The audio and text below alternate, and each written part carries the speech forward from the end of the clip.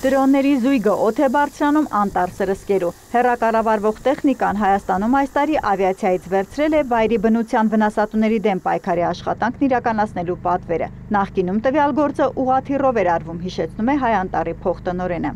Շրջակա միջավայրի նախարարության կողմից առաջին անգամ անտառներում իրականացվում է դրոնի միջոցով սրսկման աշխատանքներ։ Այս աշխատանքները բավականին արդյունավետ են եւ իրականացվում են կենսաբանական պրեպարատների միջոցով։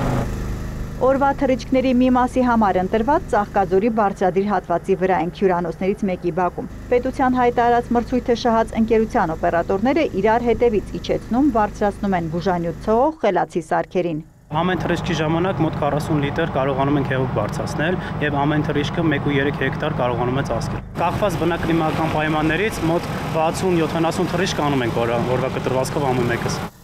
Նկարահանող մեր դրոնը մի կերպ էր հասնում սրսկիչների հետևից։ Մեր գազանների նմանը չկա, պրոֆեսիոնալ իրենց ագրոդրոնների մասին կատակում էին տղաները, գովում ու գովում։ Տեխնիկան լոկացիայի գերզարգացած համակարգ ունի, կոորդինատների հիման վրա ավտոմատ կառավարվում է։ Միայն ժայռերի կամ անտառային կանաչ գորգից բարձր ծառերի դեպքում են իրենք միջամտում։ Վերջին սերնդի դրոններ են, որոնք թույլ են տալիս սրսկումը կատարել այն ծառերի վրա, որոնք որ դեռ չեն սրսկվել։ Այսինքն հասկանում է վերջի անգամ որտեղ է եղել ու ամեն անգամ թռիչքը գործարկելուց հետո գնում է այն նույն տեղը, որտեղ որ վերջացրել է։ Որպեսի գործն արագ առաջ գնա, բուժանյութի բաքը լցնելու եկող սարքերի նաև մարտկոցներն են տեղում փոխում։ Դրանք լիցքավորելու համար տարածք գեներատոր են մոտեցրել։ Ծաղկաձորի մերձակա անտառների սրսկման այս փուլում նույն սկզբունքով աշխատում են միաժամանակ 4 կետից, տեղեկացնում է դրոններ շահագործող ընկերության ղեկավարը։ Ընդհանուր առմամբ 9 դրոն ունենք, 9 դրոնն էլ աշխատում է միաժամանակ իրար հետ, այսինքն ամեն խմբում 2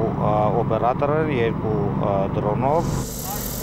Աշխատանքի հիմքում Հայ անտառի տված մակերեսներն են, որն իրենք նախնական թռիչքով քարտեզագրել են, կոորդինատավորել, որ ծառերի որևէ հատված մշակումից դուրս չմնա։ Իսկ թե ինչ տարածքներ է պետք սրսկել, շրջայցերով, տերևակեր որդերի ու այլ միջատների առկայությունը գնահատում, պատկերը նախապես Երևան են ներկայացնում անտառ պաթոլոգները։ Հրազդանի անտառտնտեսության դեպքում օրինակ Մենք առանձնացրել ենք 3000 հեկտար տարածք,